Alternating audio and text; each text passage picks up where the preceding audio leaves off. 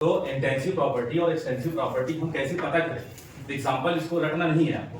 तो देखो उसका तरीका ये हम बताए थे कि अगर इंटेंसिव प्रॉपर्टी है तो देखो आगे आयन लग रहा है ना, आयन मतलब हम क्या समझे? इंडिपेंडेंट, यानी ऐसी थर्मोडायनामिक प्रॉपर्टीज जो अमाउंट ऑफ मैटर पर डिपेंड ना करे, यानी अमाउंट ऑफ मैटर पर डिपेंड नहीं करेगी, उसे इंटेंसिव प्रॉपर्टी कहेंगे।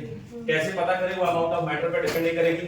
अगर हम मास फिक्स कर दें, एरिया फिक्स कर दें, वॉल्यूम फिक्स कर दें, मोल फिक्स कर दें, ठीक है।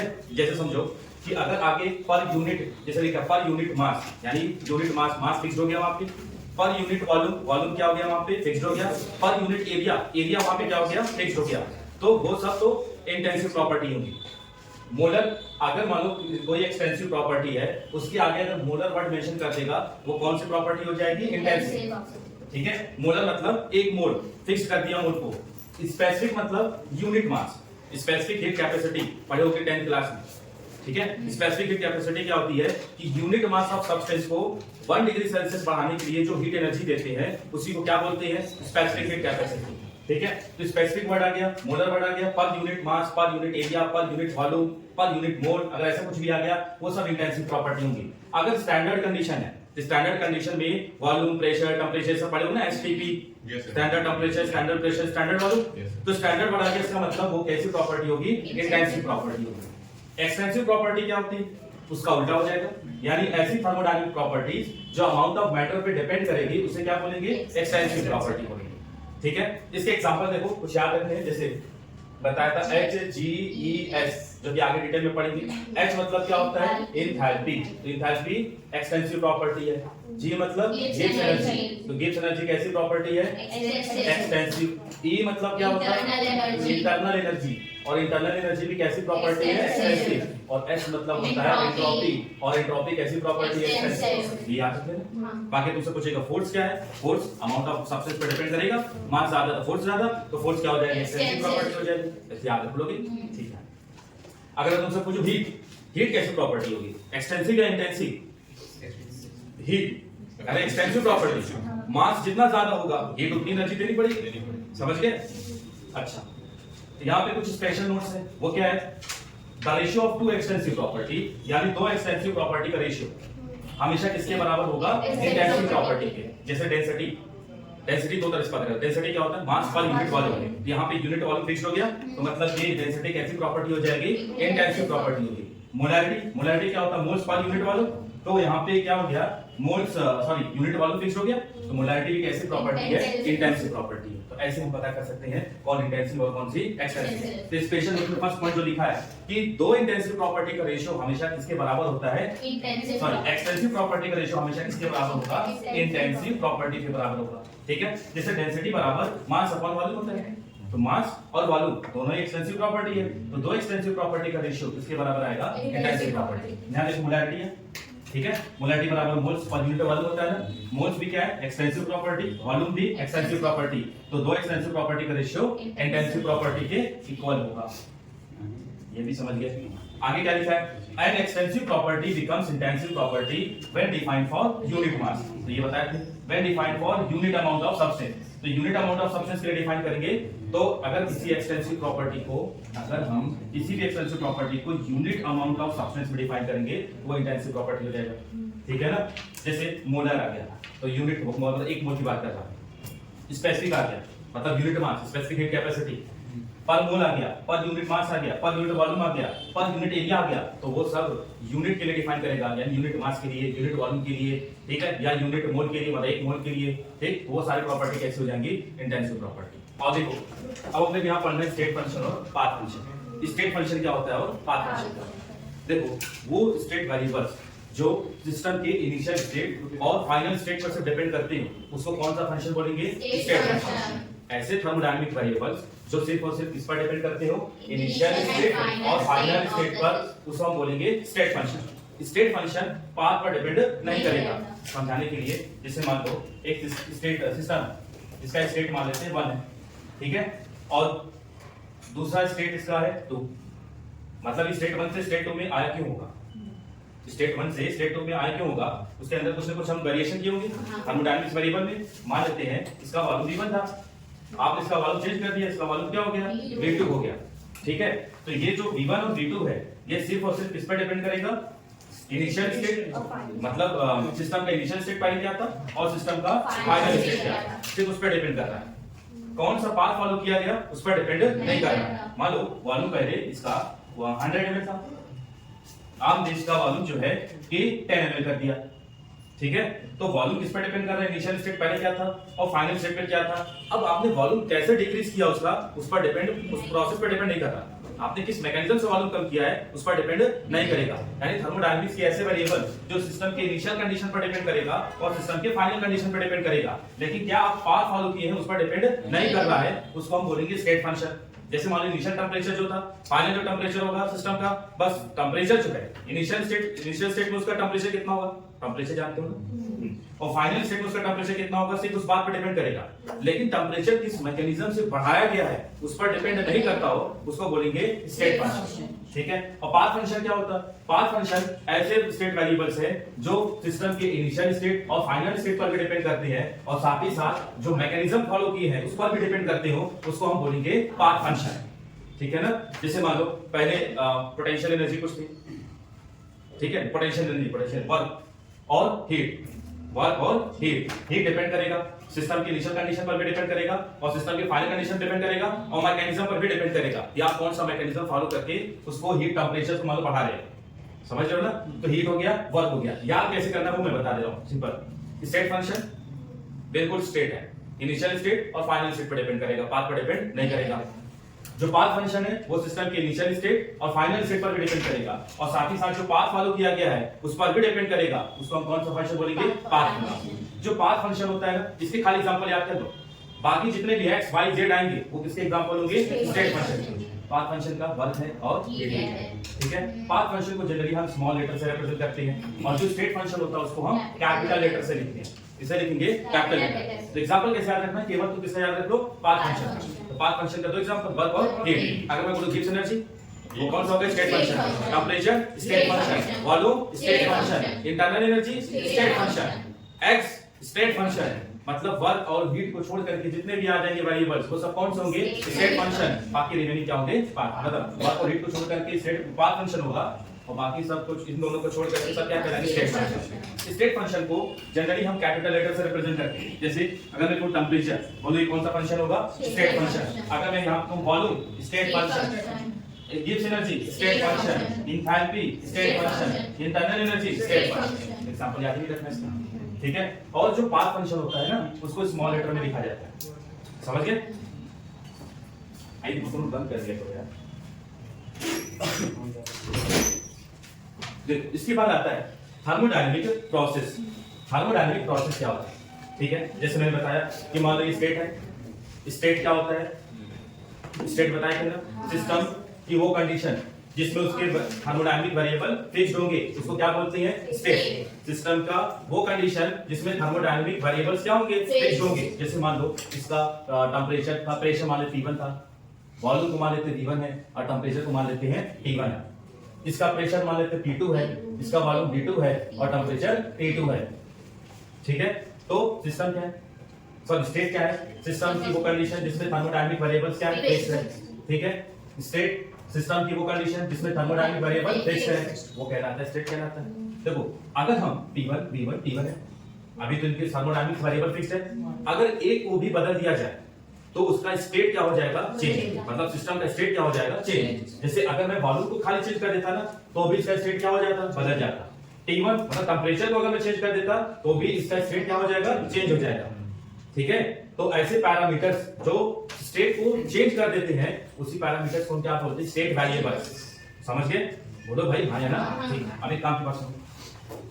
वो प्रोसेस जिससे सिस्टम एक स्टेट से दूसरे स्टेट में चला जाता है उसी को हम बोलते हैं थर्मोडायनामिक प्रोसेस। अगर हम प्रेशर को इंक्रीज करें या डिक्रीज करें और सिस्टम का स्टेट चेंज हो जाए वो कहलाएगा थर्मोडायनामिक प्रोसेस। जिस प्रोसेस से हम किसी सिस्टम के एक स्टेट से दूसरे स्टेट में कन्वर्ट करते हैं उसी को क्या बोलेंगे? थर्मोडायनामिक प्रोसेस कहेंगे। थर्मोडायनामिक प्रोसेस कई तरह के होंगे, ठीक है। कैसे कैसे? मतलब चार होते इसलिए, मतलब चार में लेकिन हमको तीन और पढ़ने हैं, ठीक है। कुछ तो मतलब आसान सा, जैसे पहला अगर टेंपरेचर को हम कांस्टेंट रख दें, इसको टेंपरेचर को कांस्टेंट रख देंगे तो उसको हम बोलेंगे आइसोथर्मल प्रोसेस।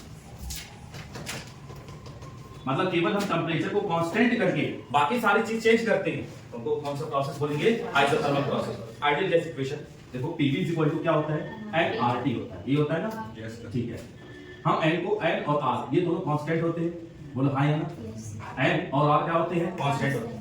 अगर हम टेम्परेचर को फिक्स कर देंगे तो बताओ कौन चेंज होगा? nr तो कांस्टेंट है, nr तो कांस्टेंट है, टेम्परेचर को फिक्स करोगे तो कौन चेंज होगा? प्रेशर और वॉल्यूम। यानी प्रेशर और वॉल्यूम को चेंज करेंगे, क्या सिस्टम का एक स्टेट दूसरे स्टेट में चेंज हो जाएगा? सिस्टम का एक स्टेट दूसरे स्टेट में चेंज हो जाएगा। मतलब अगर टेम्परेचर को कांस्टेंट करके हम स्टेट को चेंज करते हैं तो वो प्रोसेस कौन सी कहलाएगी? आइसोथर्मल प्रोसेस कहलाएगी। समझ गए? दूसरा, अगर हम हीट को ही कांस्टेंट कर दे तो, मतलब हीट को कांस्टेंट कर दें, हीट कांस्टेंट है तो ऐसी प्रोसेस को बोलती हैं एडियाबेटिक प्रोसेस। कौन सी प्रोसेस कहेंगे? एडियाबेटिक प्रोसेस कहेंगे। और अगर हम वॉल्यूम को कांस्टेंट कर दें तो, अगर हम वॉल्यूम को कांस्टेंट कर देंगे तो उसको हम बोलते हैं आइसोकोरिक प्रोसेस। कौन सी प्रोसेस? आइसोकोरिक प्रोसेस बोलते हैं। अगर हम प्रेशर को कांस्टेंट कर दे तो, प्रेशर को कांस्टेंट करेंगे तो उसको हम बोलेंगे आइसोबेरिक प्रोसेस कहेंगे। आई बात समझ में? तो ये अलग अलग थर्मोडायनामिक्स वेरिएबल्स है, ठीक है? थर्मोडायनामिक्स वेरिएबल है, हम कांस्टेंट कर रहे हैं और उसके बाद जो प्रोसेस है सिस्टम का एक स्टेट दूसरे स्टेट में चेंज होगा उसको हम वो प्रोसेस बोल देंगे। अगर टेम्परेचर को कांस्टेंट करके सिस्टम का एक स्टेट दूसरे स्टेट में चेंज होगा उस प्रोसेस को क्या बोलेंगे? Isothermal process. हीट एनर्जी को कांस्टेंट कर दे, मतलब सिस्टम और सराउंडिंग के बीच में हीट एनर्जी का एक्सचेंज ना हो, उस दौरान अगर सिस्टम का एक स्टेट दूसरे स्टेट में चेंज हो जाएगा उसे कौन सा प्रोसेस कहेंगे? एडियाबेटिक। अगर वॉल्यूम को कांस्टेंट कर देंगे, आइडियल गैस इक्वेशन से बताओ, अगर वॉल्यूम को कांस्टेंट कर देंगे तो कौन चेंज होगा? प्रेशर और टेम्परेचर। और अगर हम प्रेशर को कांस्टेंट कर देंगे तब बताओ कौन चेंज होगा? समझ गए? वॉल्यूम कांस्टेंट तो आइसोकोरिक प्रोसेस, प्रेशर कांस्टेंट तो आइसोबेरिक प्रोसेस। इसके अलावा हम और भी प्रोसेस पढ़ेंगे, reversible process, irreversible process, cyclic process वो भी पढ़ेंगे, ठीक है? इतना नोट कर लीजिए पहले। देखो अभी हमने क्या आपको सिखाया था? थर्मोडायनामिक प्रोसेस, ठीक है? थर्मोडायनामिक प्रोसेस क्या होती है? वो प्रोसेस जो सिस्टम को एक स्टेट से दूसरे स्टेट में लेके चला जाए, वैसे प्रोसेस को क्या बोलती है? थर्मोडायनामिक प्रोसेस है, ठीक है? थर्मोडायनामिक प्रोसेस को एक स्टेट से दूसरे स्टेट तक लेके जाने के लिए कौन जिम्मेदार होते हैं? State variables. अगर स्टेट वेरिएबल्स में हम थोड़ा सा भी वेरिएशन करते हैं तो क्या थर्मोडायनामिक एक सिस्टम से मतलब एक स्टेट से दूसरे स्टेट में चला जाता है? जो थर्मोडायनामिक सिस्टम है एक स्टेट से दूसरे स्टेट में चला जाएगा। अब ये थर्मोडायनामिक प्रोसेस है कौन कौन से? तो उससे पहले आपको दिमाग में ये याद रख लो आइडियल गैस इक्वेशन, क्योंकि इसका एक्सप्लेनेशन थोड़ा और इजी हो जाएगा। PV nRT, जिसमें n और r ऑलरेडी यानी पहले से ही क्या होती हैं? ये दोनों कांस्टेंट होते हैं, ठीक है? इसको खूब अच्छे से समझ लो ताकि याद ना करना पड़े, और ये चीज आगे भी आएगी। उसमें जानते हो सबसे बड़ी दिक्कत क्या होती है? आपको स्टार्टिंग में कंफ्यूजन रहती है और आगे चलकर और भी ज्यादा कंफ्यूजन हो जाती है और अच्छे अच्छे क्वेश्चन इससे बनते हैं। और समझो एक एक टॉपिक थर्मोडायनामिक्स की लिंक है। 11th में जब हम लोग पढ़ते थे तो बोलते थे कि थर्मोडायनामिक्स बहुत ही हार्ड चैप्टर है, अभी भी लोग इसको मानते हैं। इसकी बस वजह यही है कि शुरुआत से ही थोड़ा थोड़ा कंफ्यूजन रहती है, वो आगे चल के मेजर कंफ्यूजन में तब्दील हो जाती है और एग्जामिनर को अच्छे से पता है कि क्वेश्चन कैसे फ्रेम करने हैं। आइसोथर्मल प्रोसेस, आइसो मतलब होता है से, थर्मल मतलब होता है टेम्परेचर, यानी ऐसी थर्मोडायनामिक प्रोसेस जिसमें टेम्परेचर कांस्टेंट होगा उसको हम क्या बोलेंगे? Isothermal process. अच्छा, अगर टेम्परेचर कांस्टेंट होगा तो चेंज इन टेम्परेचर की वैल्यू कितनी आएगी? 0। टेम्परेचर कांस्टेंट होगा तो चेंज इन टेम्परेचर की वैल्यू 0 आएगी। अच्छा, टेम्परेचर कांस्टेंट होगा तो डेल्टा T बराबर कितना होगा? 0। अच्छा, टेम्परेचर कांस्टेंट है, टेम्परेचर भी कांस्टेंट है, तो टेम्परेचर कांस्टेंट है, n और r तो पहले से ही कांस्टेंट थे, तो वेरिएबल्स कौन होंगे? प्रेशर और वॉल्यूम। तो प्रेशर और वॉल्यूम क्या होंगे? वेरिएबल्स होंगे। तो ये तो पहली पॉइंट याद ही रखनी है, वो तो आइडियल गैस इक्वेशन से ही समझ जाओगे। दूसरा, ये दो फार्मूला है, इसमें मैंने दिया NTR, रखना है आपको इसको, आगे चल के इसको हम डिराइव भी करेंगे। डेल्टा H मतलब होता है change in enthalpy. Delta H मतलब क्या होता है?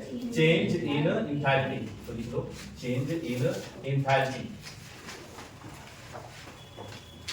ठीक? और डेल्टा E मतलब होता है change in entropy, change in entropy, ठीक है? डेल्टा H का एक फार्मूला होता है NCP डेल्टा T और डेल्टा E का फार्मूला होता है NCD डेल्टा T। याद रखना तुम, अभी फिलहाल क्या करना है? याद रखना है, आगे चल के याद रखना, अभी याद कर लो इसको।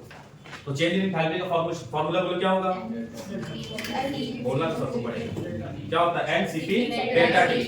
तो डेल्टा टी तो जीरो होता है आइसोथर्मल प्रोसेस में, तो आइसोथर्मल प्रोसेस में डेल्टा टी जीरो तो डेल्टा एच भी क्या हो जाएगा जीरो, क्योंकि डेल्टा टी जीरो होगा तो जीरो मल्टीप्लाइड बाय समथिंग क्या आएगा zero.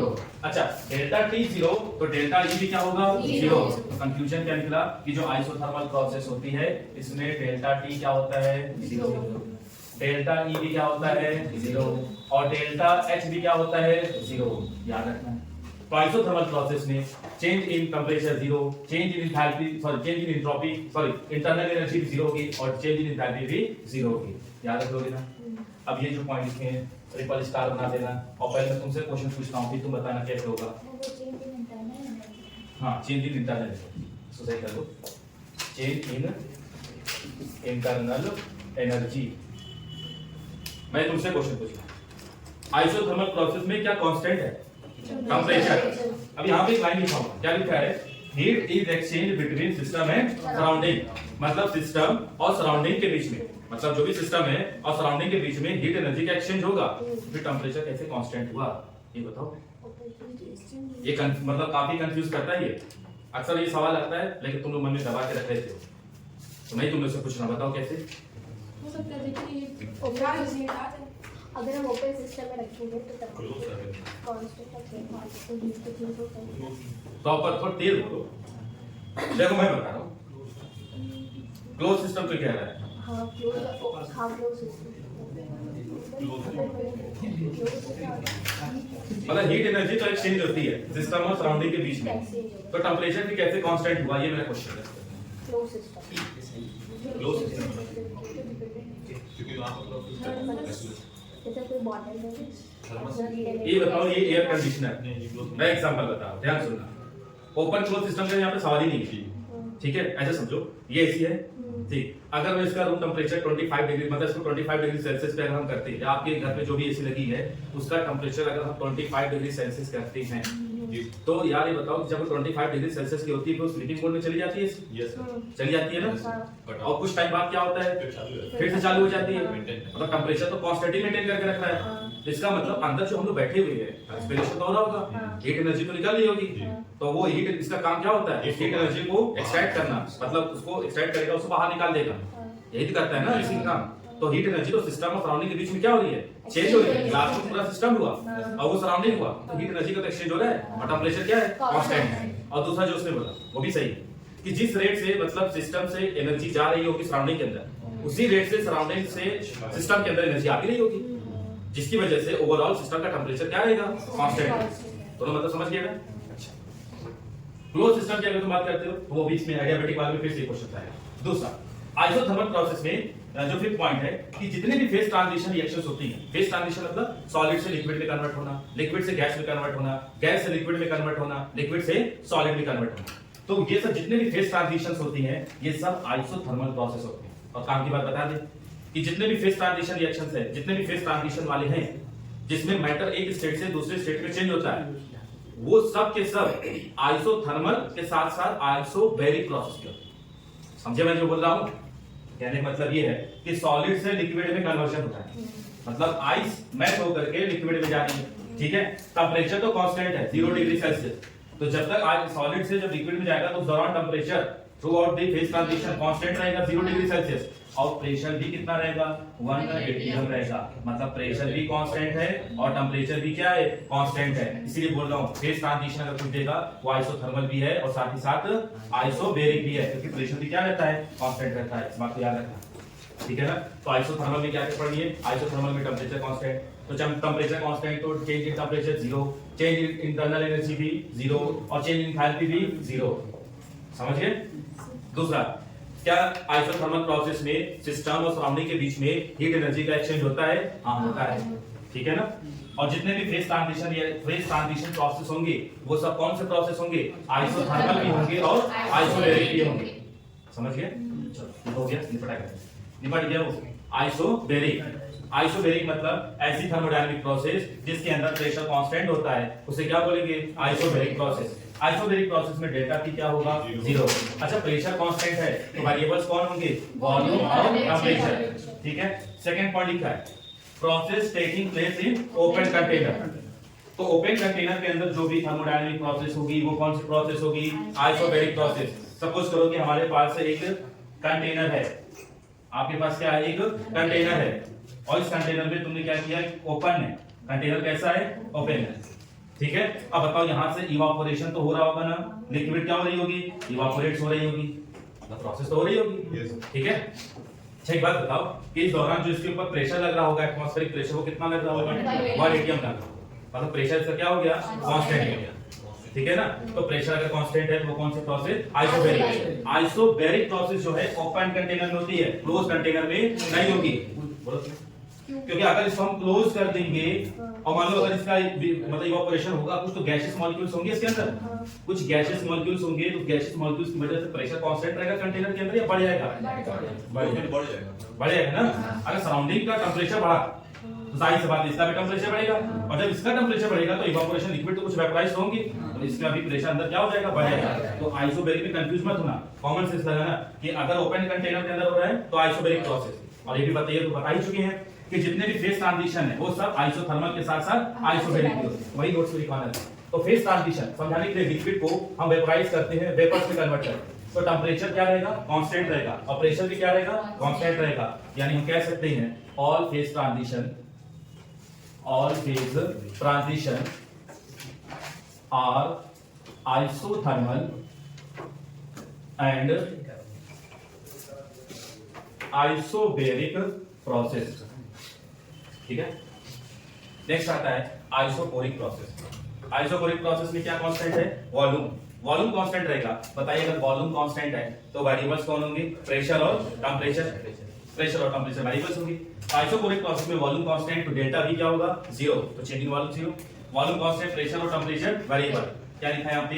Process taking place in close container. अगर हम कंटेनर को क्लोज कर दें तो वॉल्यूम यहाँ पे कांस्टेंट हो गया ना। अगर कंटेनर ओपन है तब बोलो कौन सा प्रोसेस? आइसोबैरिक। और अगर क्लोज्ड है तब कौन सी प्रोसेस? आइसोकोरिक। क्योंकि जब आप क्लोज करेंगे तो वॉल्यूम का कांस्टेंट हो जाएगा। आगे यहाँ लिखा है वर्क डन, क्या हम लोग पढ़ेंगे इसका फार्मूला, इसको भी फिलहाल आप याद भी कर लीजिए, थोड़ी देर बाद आएगा। वर्क डन का फार्मूला होता है -P external into delta V। -P external मतलब प्रेशर है, एक्सटर्नल प्रेशर। तो वॉल्यूम कांस्टेंट है, डेल्टा V 0, तो डेल्टा V अगर 0 होगा तो बोलो ये डेल्टा V 0, तो 0 मल्टीप्लाइड बाय समथिंग 0 आएगा ना। तो आइसोकोरिक प्रोसेस में वर्क डन क्या होता है? 0। ठीक है, तो याद रखना आइसोकोरिक प्रोसेस में वर्क डन 0 होता है। ठीक, लास्ट आता है एडियाबैटिक प्रोसेस। एडियाबैटिक प्रोसेस क्या होती है? ऐसी थर्मोडायनामिक प्रोसेस जिसके अंदर हीट जीरो कहने का मतलब जो भी सिस्टम, मान लो ये सिस्टम थर्मल फ्लास्क मान लेते हैं, परफेक्टली इंसुलेटेड वॉल है इसकी। मेरी बात ध्यान सुनना, वॉल कैसी है इसकी? परफेक्टली इंसुलेटेड है, मतलब सराउंडिंग से हीट एनर्जी सिस्टम के अंदर नहीं आ सकती और सिस्टम से हीट एनर्जी बाहर भी नहीं जा सकती, मतलब हीट एक्सचेंज क्या हो गया यहाँ पे? 0। ठीक है ना, हीट एक्सचेंज 0। लेकिन यहाँ लिखा है no heat exchange between system and surrounding. जो सेकंड पॉइंट है, स्टार बना लेना इसको। Process taking place in perfectly insulated material. ठीक है, अब जो मैं लास्ट लिख रहा हूँ वो भी इंपॉर्टेंट है और इसमें भी काफी कंफ्यूजन होती है। मैं आपसे पूछूंगा, पहले आप बताइए फिर मैं बताऊंगा। यहाँ पे टेम्परेचर वेरिएबल होगा, टेम्परेचर कैसा होगा? वेरिएबल। अब मुझे बताओ कैसे, ये कैसे पॉसिबल पाया कि एडियाबैटिक प्रोसेस के अंदर टेम्परेचर वेरिएबल हो गया, जबकि हीट एनर्जी सिस्टम और सराउंडिंग के बीच में एक्सचेंज नहीं हो रही है? बताओ।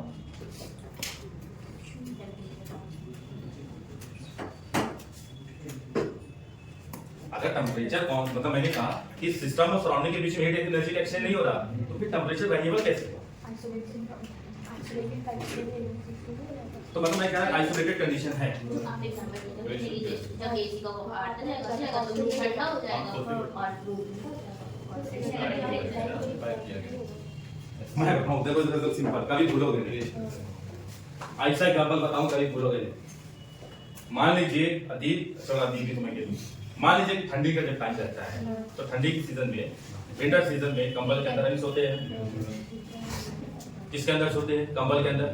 अब वो जो कंबल जब आप ऊपर ओढ़ लिए, कंबल के इंग्लिश में क्या बोलते हैं? ब्लैंकेट। तो ब्लैंकेट मतलब कंबल के अंदर ओढ़ लिए, है ना? तो जब कंबल तुम अपने पिलो तो बोलते हो, क्या बोलते हो?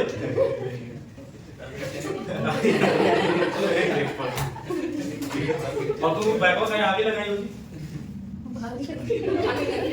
अच्छा लग रहा है। मैं तुम देखी होगी कहीं से, मतलब जो कि लोग बैग वैसे पीछे लगाते हैं तो अच्छा लगता है, लेकिन अगर तुम मेट्रो सिटी में चले जाओ तो आगे बैग लगा के चलते हो।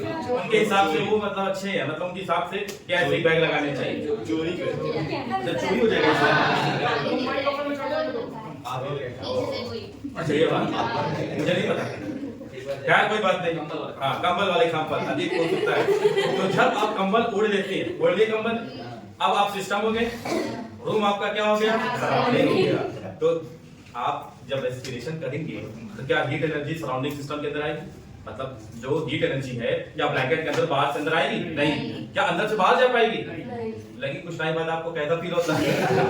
गर्म फील होता है ना? Yes sir. बोलो, टेम्परेचर चेंज हुआ कि नहीं हुआ?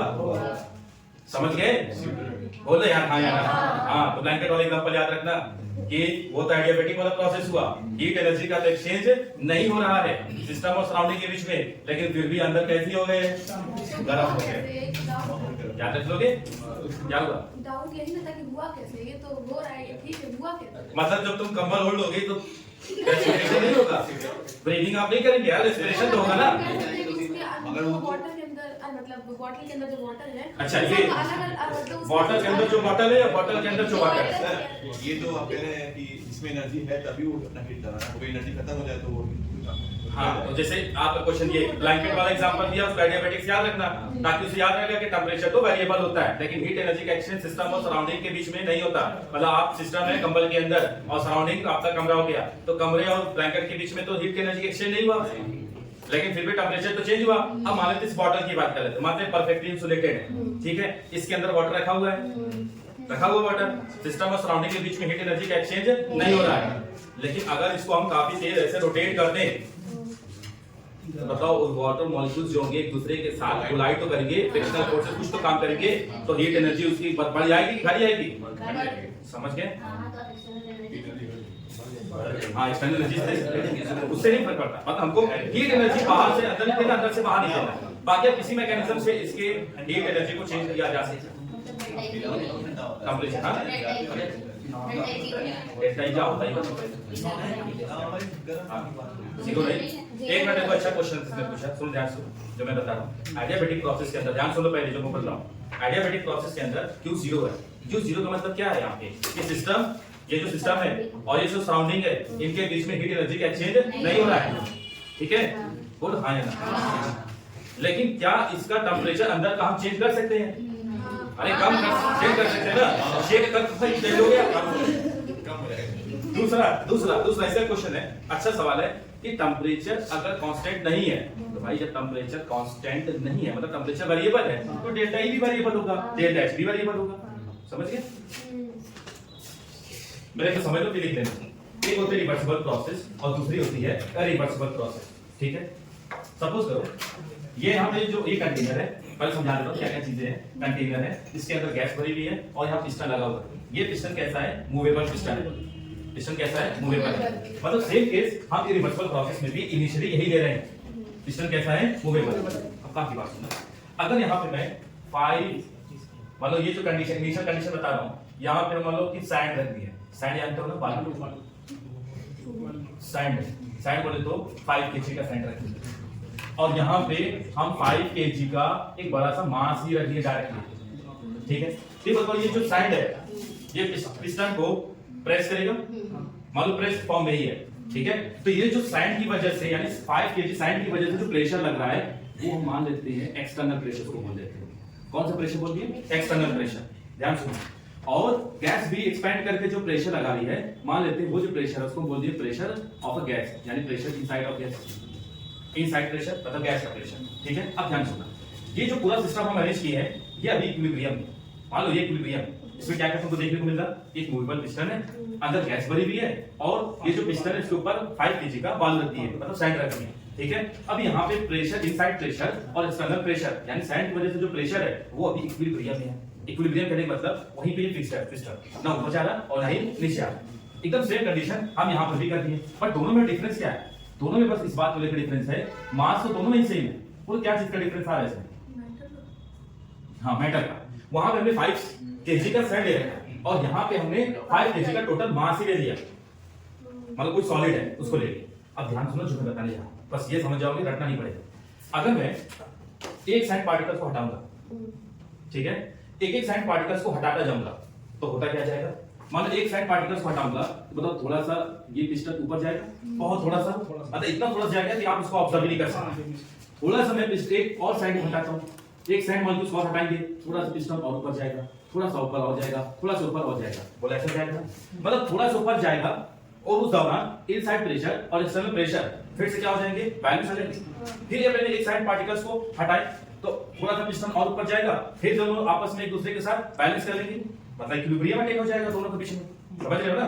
तो यहाँ पे जो एक्सटर्नल प्रेशर है, मतलब यहाँ लिख सकते हैं कि जो एक्सटर्नल प्रेशर है और जो इनसाइड प्रेशर है वो बराबर होते जाएंगे, हर स्टेप में होते जाएंगे, इन ऑल स्टेप, सारे स्टेप में क्या होते जाएंगे, बराबर होते जाएंगे।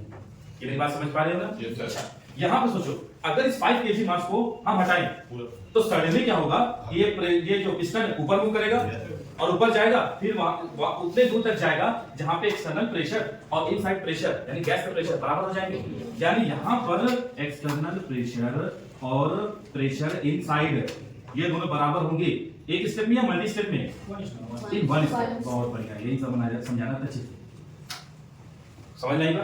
अच्छा, यहाँ पे मैंने सैंड को धीरे धीरे हटा रहा था, धीरे धीरे हटा रहा था, ठीक, तो एक स्टेप में नहीं हो रहा, बहुत सारे स्टेप हो रहे हैं, तो ज्यादा अच्छे से बोलते इनफाइनाइट स्टेप, उसके मुकाबले देखोगे तो इनफाइनाइट स्टेप। और यहाँ पर जैसे ही हमने एक स्टेप में इसको हटाए तो वहां पे पिस्टन ऊपर गया, तब तक ऊपर गया जब तक कि एक्सटर्नल प्रेशर बराबर ना हो, मतलब यहाँ पर भी इक्विलिब्रियम आया, यहाँ पर भी इक्विलिब्रियम आ रहा है। रिवर्सिबल प्रोसेस में इक्विलिब्रियम सारे स्टेप में आएंगे, बोलो हाँ है ना, और इसमें किसमें आएगा, एक स्टेप में आएगा, ये समझ गए। अच्छा, यहाँ पे क्या इक्विलिब्रियम हर स्टेप में अटेन होगा, equilibrium attain at every step, हर स्टेप में इक्विलिब्रियम अटेन होगा। और यहाँ बोलो equilibrium attain at single step, बोलो सिंगल स्टेप में इक्विलिब्रियम अटेन हो जाएगा, बोलो हाँ या ना।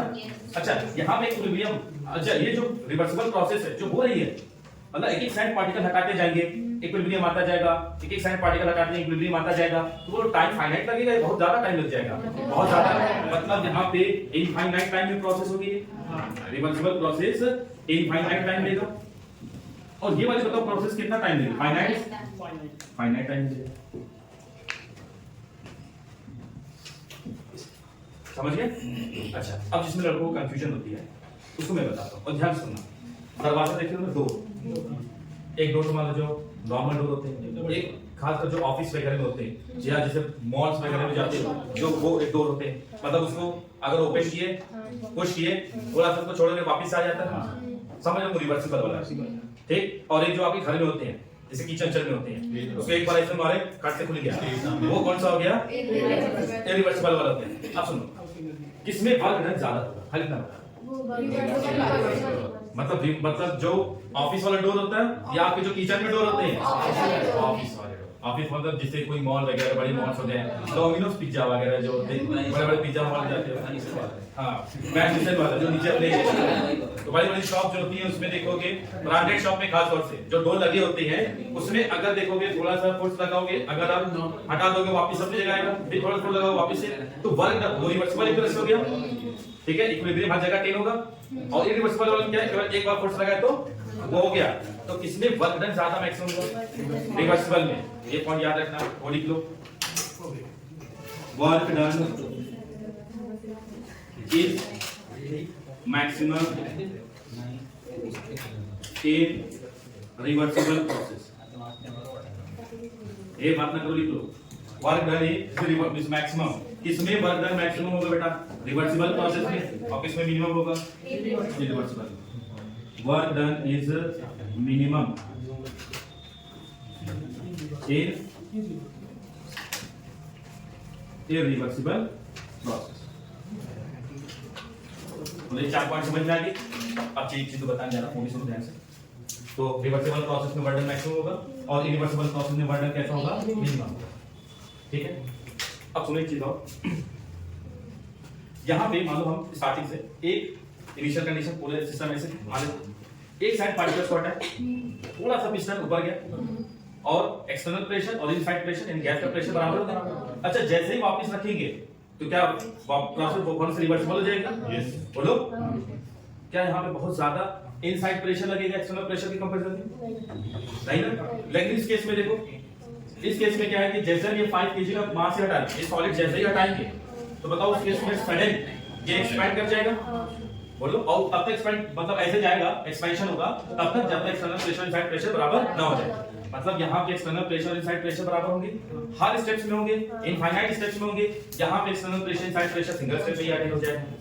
यहाँ पे इक्विलिब्रियम अटेन होगा एवरेज स्टेप से, और यहाँ पे इक्विलिब्रियम अटेन होगा सिंगल स्टेप से। यहाँ पे टाइम लगेगा इनफाइनाइट टाइम, और यहाँ पे फाइनाइट टाइम, और ये इनफाइनाइट टाइम में कंप्लीट होता है। अच्छा ये वर्क डन मैक्सिमम होता है इस केस में, और यहाँ पे वर्क डन क्या होता है? मिनिमम। ठीक है। अच्छा एक चीज और, मान लो तुमने बिल्डिंग पे से छलांग मारा, कहां से छलांग मारे? तो किसी एक पर्टिकुलर स्टेप पे तुम क्या रिवर्स कर सकते हो? नहीं। मतलब तुम किसी बिल्डिंग पे बहुत डिमोटिवेटेड थे, एकदम परेशान थे, सबसे दुखी आत्मा तुम ही थे उस टाइम, और फिर भी छलांग मार दी, तो क्या तुम्हारे इस स्टेज पे अब तुम्हारे मन में आया कि अरे यार तुमको एक याद आएगी यार कुछ तो खुदी की वजह भी तो थी, ये तुम गलत डिसीजन ले लिए, वापस से जाना चाहोगे? मतलब अगर किसी ने छलांग मार दिया किसी बिल्डिंग से तो वापस से किसी एक पर्टिकुलर स्टेप पे क्या प्रोसेस को रिवर्स बैक कर पाएगा? नहीं कर पाएगा। तो ये कैसी प्रोसेस हुई? इरिवर्सिबल हो गई। ठीक है। और अगर ऐसा हो पाता, लेकिन अलग बात है कि मान लो यहाँ पे गिर गया, किसी ने रिकॉर्ड कर लिया और उसको जो है कि रिवर्स बैक में फ्लो करा दिया, हर एक पॉइंट में ऐसे लेके जाना, वो प्रोसेस कैसे हो गई? रिवर्सिबल हो गई। मतलब अगर कोई ऑब्जेक्ट किसी ऊपर से गिर रहा है, मतलब अगर मैं इसको यहाँ पे गिरा दिया तो अब ये गिर गया नीचे, ऊपर गिरेगा नीचे गिर गया, तो किसी एक स्टेप पे हम चाहेंगे इसको वापस वहां पे लेके जाए, ऐसा पॉसिबल नहीं है, हर स्टेप पे नहीं लेके जा सकते वापस। तो जितनी भी नेचुरल प्रोसेस होती है, जितनी भी नेचुरल प्रोसेस होती है वो बताओ रिवर्सिबल होगी या इरिवर्सिबल होगी? इरिवर्सिबल होगी। और जो आइडियल प्रोसेस होगी वो कौन सी होगी? रिवर्सिबल। ठीक है ना, बस इतना ही था।